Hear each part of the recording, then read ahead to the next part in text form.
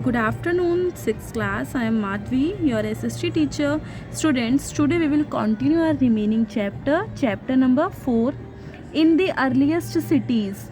देखो बच्चे, हमने इस चैप्टर में क्या पढ़ा था कि पहले की जो सिटीज़ थी वो कैसी थी, उनका जो आकार था वो कैसा था, इंडस वैली सिविलाइजेशन के बारे में पढ़ा. आज हम इस चैप्टर को कंटिन्यू करते हैं. So let's start. Script of Indus valley. Script means क्या होती है बच्चे? लिपि होती है ना. जैसे जो हिंदी है, हिंदी की स्क्रिप्ट क्या है? देवनागरी है. इसी तरह जो इंडस वैली की स्क्रिप्ट थी वो क्या थी? The Indus valley people used pictures as a script to be known as pictograph script. Indus valley people जो थे वो स्क्रिप्ट के रूप में पिक्चर्स को यूज़ करते थे. जैसे आप देख रहे हो ये पिक्चर्स बनी हुई हैं, इस तरह से वो पिक्चर्स यूज़ करते थे. तो इसीलिए उसको पिक्टोग्राफ स्क्रिप्ट के नाम से भी जाना जाता था, क्योंकि ना उस टाइम पे लोगों को लिखना नहीं आता था. जैसे हम लोग लिखते हैं ना ABCD या क ख ग जो भी लिखते हैं, तो उस टाइम पे लोगों को लिखने नहीं आता था. वो अपनी बातों को पिक्चर्स के थ्रू लोगों तक पहुंचाते थे. पेंटिंग्स मैंने आपको बताई थी ना कि केव्स में पेंटिंग्स की जाती थी, तो उस तरह से वो अपना जो मैसेज था वो दूसरों को देते थे. तो जो स्क्रिप्ट थी वो भी हमारी पिक्टोग्राफ स्क्रिप्ट थी. Scholars are not very successful in reading the script due to the absence of resembled script. जो scholars थे वो बहुत ज़्यादा सक्सेसफुल नहीं हो पाए इसको रीड आउट करने में, स्क्रिप्ट को, क्योंकि आपको पता है कि जो स्क्रिप्ट होती है, जो हमारी लिपि होती है, वो एक तरह से होते हैं ना, लेटर्स होते हैं जिसको स्कॉलर पढ़ सकते हैं. लेकिन ये जो लेटर्स थे ना वो लिखे हुए नहीं थे, श्रोदृश नहीं थे.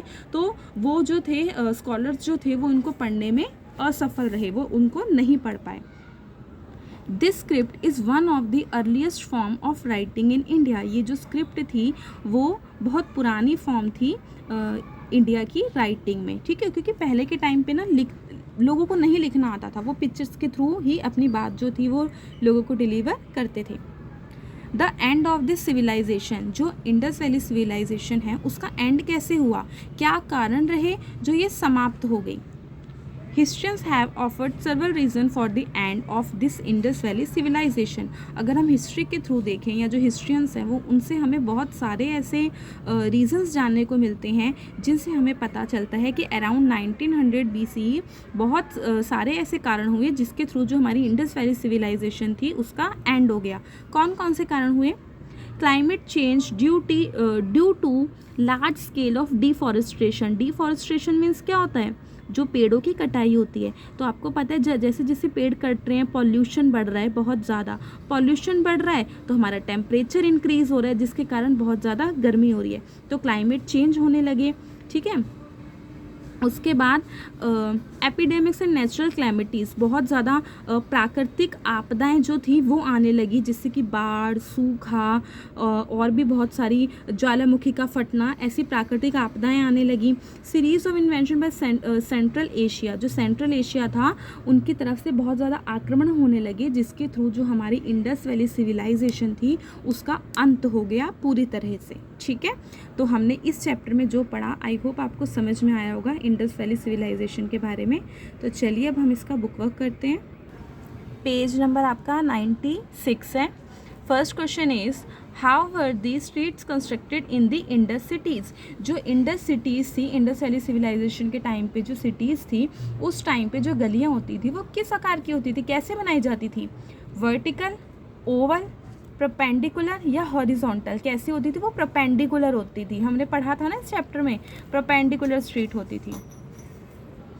Second, seals were use to. जो सील्स होती थी वो उसका यूज़ किस लिए किया जाता था? रिलीजियस पर्पस, ट्रेड, ट्रैवलिंग या ऑल ऑफ दिस. जो सील्स होती थी उसका जो यूज़ था वो ट्रेड के लिए किया जाता था. क्यों?